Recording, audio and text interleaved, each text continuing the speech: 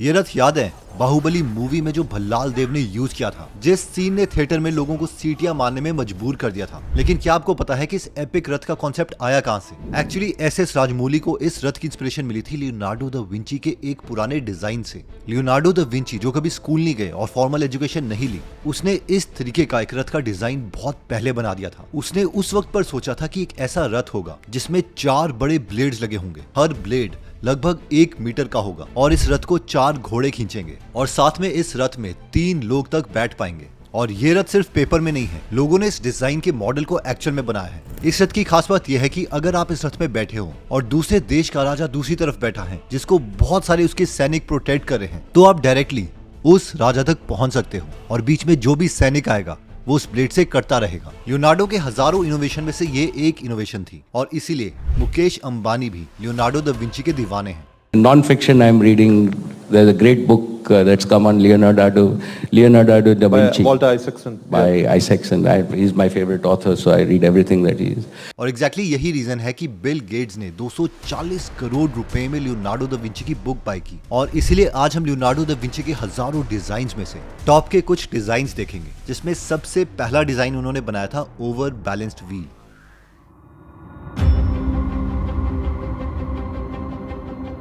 ये जो आप व्हील देख रहे हो, इसे समझने के लिए आज के साइंटिस्ट ने बहुत रिसर्च की है। इसे फिजिक्स में कहा जाता है परपेचुअल मोशन। परपेचुअल मोशन का सिंपल सा मतलब है कि कोई ऐसी मशीन जो बिना किसी एनर्जी के चलती रहे। बहुत से साइंटिस्ट ने इस पर काम किया, पर ये एक्चुअल में कभी बन नहीं पाई, क्योंकि लॉज ऑफ फिजिक्स के हिसाब से कोई ना कोई आप एनर्जी हर बार लूज करते ही रहोगे और अगर आपको कंटिन्यूअस मोशन चाहिए तो कुछ ना कुछ एनर्जी तो उसमें खर्चनी पड़ेगी ही। और लियोनार्डो दा विंची का ये ओवर बैलेंस्ड व्हील इस डिजाइन को ही रिप्रेजेंट करता है। वो उस वक्त पर सोच रहे थे कि क्या कोई ऐसी मशीन बन सकती है जो हमेशा घूमती ही रहे। लियोनार्डो ने सोचा कि अगर व्हील के एक साइड पर हमेशा ज्यादा वेट रहेगा जो बार बार शिफ्ट होता रहेगा, तो व्हील खुद ब खुद उसी डायरेक्शन में हमेशा घूम सकता है। यह आइडिया उस वक्त बहुत जीनियस था। ऑल्दो जो अभी आप स्क्रीन में डिजाइन देख रहे हो, ये एक्चुअल में कंटिन्यूसली सिर्फ वेट की वजह से नहीं घूम रहा। इसके नीचे जो डब्बा है उसमें सेल्स लगे हैं, बट फिर भी कोई 300-400 साल पहले इन चीजों को सोच रहा था। ये दिखाता है कि वो कितना अमेजिंग थिंकर था।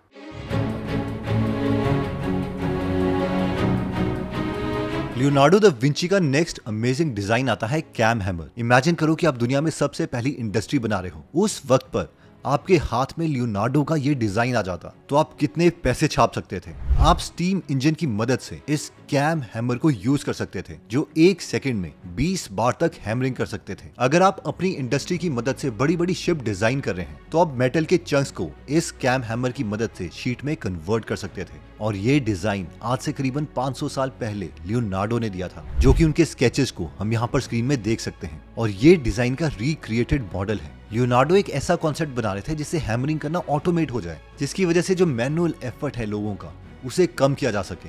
इतना जीनियस इंसान होने के बावजूद बहुत से लोगों को लगता है कि लियोनार्डो सिर्फ पेंटर ही थे।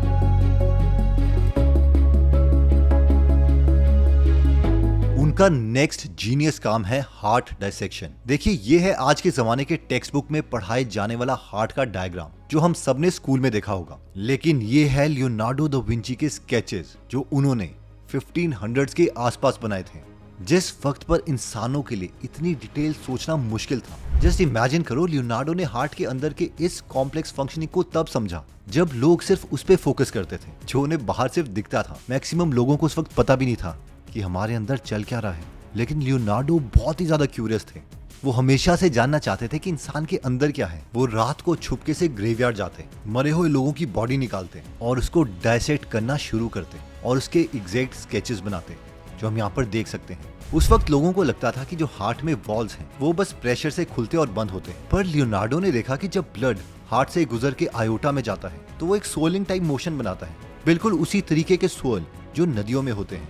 पानी के घूमते हुए पैटर्न्स उसने अपने स्केचेस में भी बनाए और वही पैटर्न उसने इंसान के दिल के अंदर भी देखे। अब हार्ट डायसेक्शन की स्टोरी में सबसे इंटरेस्टिंग बात यह है कि आप इमेजिन करो, एक तरफ आप अपने नोटबुक में हार्ट के मसल्स और वॉल्स के एक्यूरेट डायग्राम बना रहे हो और दूसरी तरफ उसी पेज के कोने में आप अपने असिस्टेंट का कार्टून बना रहे हो। और हम में से मैक्सिमम लोगों ने स्कूल के लेक्चर्स में बोर होते हुए ये चीज की है और एग्जैक्टली सेम चीज लियोनार्डो के स्केचेस में भी देखी गई है। ये चीज बताती है कि एक तरफ वो बहुत ही क्यूरियस और डीप स्टडी करने वाले इंसान थे, लेकिन साथ में वो थोड़े प्लेफुल नेचर के भी थे।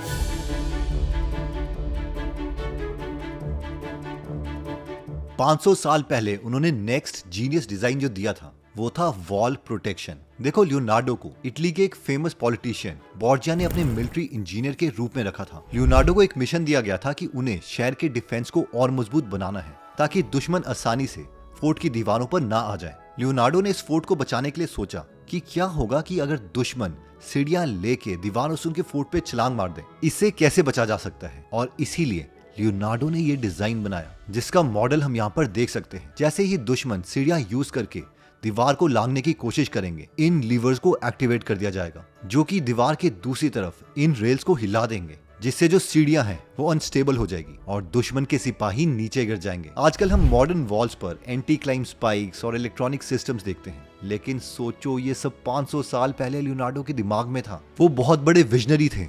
अगर उस टाइम कोई अवार्ड होता तो उन्हें जरूर मिलता।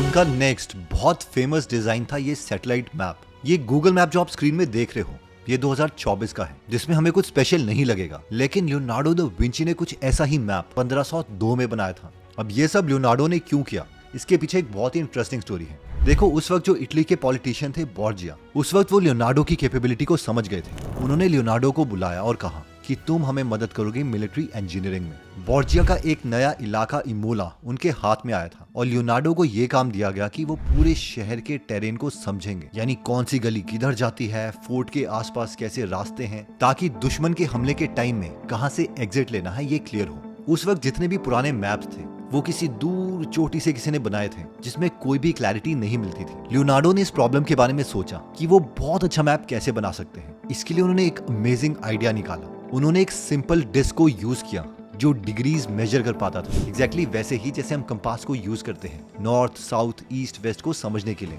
इसके बाद लियोनार्डो ने एक ओडोमीटर बनाया, एक ऐसा डिवाइस जिसमें छोटे छोटे व्हील्स लगे होते हैं। वो सिर्फ ये जानना चाहते थे कि जब वो सड़क के एक कोने में पहुंचे, वो सड़क कितने एंगल से मुड़ रही है, उसको बस वो मेजर कर लें, ताकि वो मेजरमेंट करने के बाद उसे मैप में एग्जैक्टली बना पाए। जैसे ही ये मेथड उन्हें मिल गया, इस कॉन्सेप्ट को समझने के बाद लियोनार्डो शहर के हर एक सड़क पे गए, जहां पर भी सड़क मुड़ती थी उसके एंगल को नोट करते गए और पेपर पर ये मैप बनाते गए। जब जब सड़क 2 बार मुड़ती थी उसके बीच के डिस्टेंस को भी ऑलमोस्ट एक्यूरेटली उन्होंने मेजर किया, और ये किया उन्होंने एक रस्सी की मदद से। उनके जीनियस का अंदाजा हम इस बात से भी लगा सकते हैं कि जब लियोनार्डो ने इमोला का ये मैप बनाया, उस वक्त पर कोई ये वेरीफाई भी नहीं कर पा रहा था कि ये सही मैप है या गलत मैप है, क्योंकि ऐसी कोई टेक्नोलॉजी थी ही नहीं। तो लियोनार्डो की स्टोरी से लर्निंग तो ये मिलती है कि अगर एडवांस टेक्नोलॉजी भी हमारे पास ना हो बट क्रिएटिविटी हो तो हम बड़ी प्रॉब्लम्स को भी सॉल्व कर सकते हैं। जैसे कि आइंस्टाइन ने कहा था, imagination is more powerful than intelligence.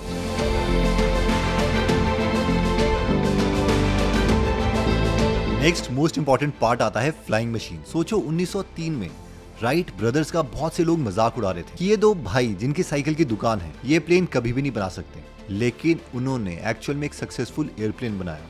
1903 में ये सारी चीजें करना अपने आप में बहुत बड़ी बात थी, लेकिन कोई इसी चीज को 400 साल पहले सोच रहा था और उसके डिजाइन बना रहा था, वो और भी अमेजिंग बात है। लियोनार्डो दा विंची को यकीन था कि इंसान हवा में उड़ सकता है जैसे परिंदे उड़ते हैं। उन्होंने हमेशा सोचा था कि अगर हम कोई बड़े मैकेनिकल विंग्स बना देते हैं तो ये करना पॉसिबल हो जाएगा। ये डिजाइन वो 1485 के आसपास बना रहे थे, जब रिलीजियस बुक्स में भी ये लिखा जा रहा था कि इंसान कभी भी नहीं उड़ पाएगा। उस वक्त पर लियोनार्डो ने ये सब इमेजिन किया।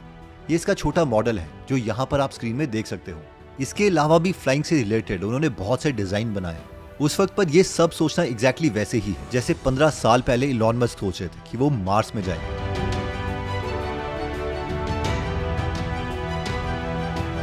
लियोनार्डो का नेक्स्ट डिजाइन आता है टैंक। ये टैंक जो हम देख रहे हैं ये आज के मॉडर्न वॉरफेयर के टैंक्स हैं। मॉडर्न टैंक का पहला प्रोटोटाइप वर्ल्ड वॉर 1 के दौरान 1916 में आया था, जब ब्रिटिशर्स ने एक टैंक बनाया था जिसका नाम था लिटिल विली। लेकिन कुछ इस तरीके का डिजाइन 400 साल पहले लियोनार्डो दा विंची दे रहे थे, जिन्होंने कभी फॉर्मल एजुकेशन ली ही नहीं थी। ये है लियोनार्डो दा विंची का ओरिजिनल डिजाइन, एक ऐसा टैंक जो 360 डिग्री प्रोटेक्ट कर सकता था। इसकी शेप एक डिस्क की तरह थी, जिसके अंदर उन्होंने इमेजिन किया था कि सोल्जर्स होंगे। इसमें गियर्स और हैंडल्स लगाए जाएंगे और इसके अंदर से ही जो सोल्जर्स हैं वो उसे कंट्रोल कर रहे होंगे। उस टाइम कोई मेटल फैब्रिकेशन नहीं थी, इसलिए लियोनार्डो इमेजिन कर रहे थे कि ये टैंक लकड़ी का बना होगा। इस डिजाइन का मॉडल कुछ साल पहले एक्चुअल में लोगों ने क्रिएट किया, उसमें थोड़ी सी इंप्रूवमेंट्स करी और ये एक्चुअल में काम भी किया। इससे भी इंटरेस्टिंग बात यह है कि इन डिजाइन्स में लियोनार्डो ने गियर्स के मैकेनिज्म का कॉन्सेप्ट दिया था, जिसे आज भी इंजीनियरिंग में साइकिल से लेके गाड़ी में हर चीज में यूज किया जाता है।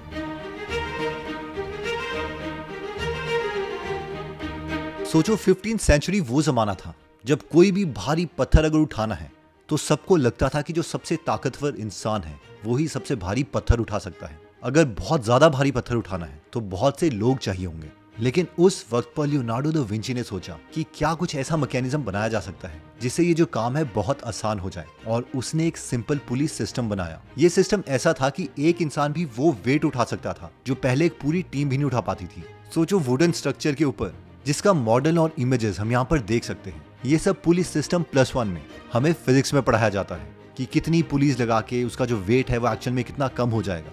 और सबसे इंटरेस्टिंग बात तो यह है कि बहुत से लोग जिन्हें ये सब्जेक्ट पढ़ाया भी जाता है वो भी एग्जैक्टली कैलकुलेट नहीं कर पाते कि कितनी पुलिस से कितना वेट आपको एक्चुअल में उठाना पड़ेगा। और ये सारी चीजें 15th सेंचुरी में कोई ऐसा इंसान सोच रहा है जिसने फॉर्मल एजुकेशन की ही नहीं। देखो लियोनार्डो के जीनियस को अगर पूरा समझना है तो उनकी एक बुक है वॉल्टर आइजैक्सन की, वो आपको जरूर पढ़नी चाहिए। अगर आप इसकी बुक समरी हिंदी में पढ़ना या सुनना चाहते हैं तो आप गूगल एप्लीकेशन डाउनलोड कर सकते हैं, जहां पर 200 से ज्यादा बुक समरीज हिंदी में फ्री में अवेलेबल है, और हर हफ्ते हम इसमें एक फ्री बुक समरी ऐड करते हैं। तो अगर आप इंस्टाग्राम के अलावा नॉलेज में इंटरेस्टेड हैं तो इसका लिंक मैंने डिस्क्रिप्शन और फर्स्ट कमेंट में दे दिया है। एनीवेज दोस्तों, अगर आप ऐसी नॉलेजेबल वीडियोस मिस नहीं करना चाहते तो सब्सक्राइब करने के बाद बेल का बटन दबाना मत भूलिएगा। और हाँ, अगर आपकी फैमिली में कोई ऐसा इंसान है जिसे साइंस में इंटरेस्ट है तो उनके साथ आप ये वीडियो जरूर शेयर कीजिए। आई होप ये वीडियो आपको अच्छी लगी होगी। मिलते हैं नेक्स्ट वीडियो में। जय हिंद।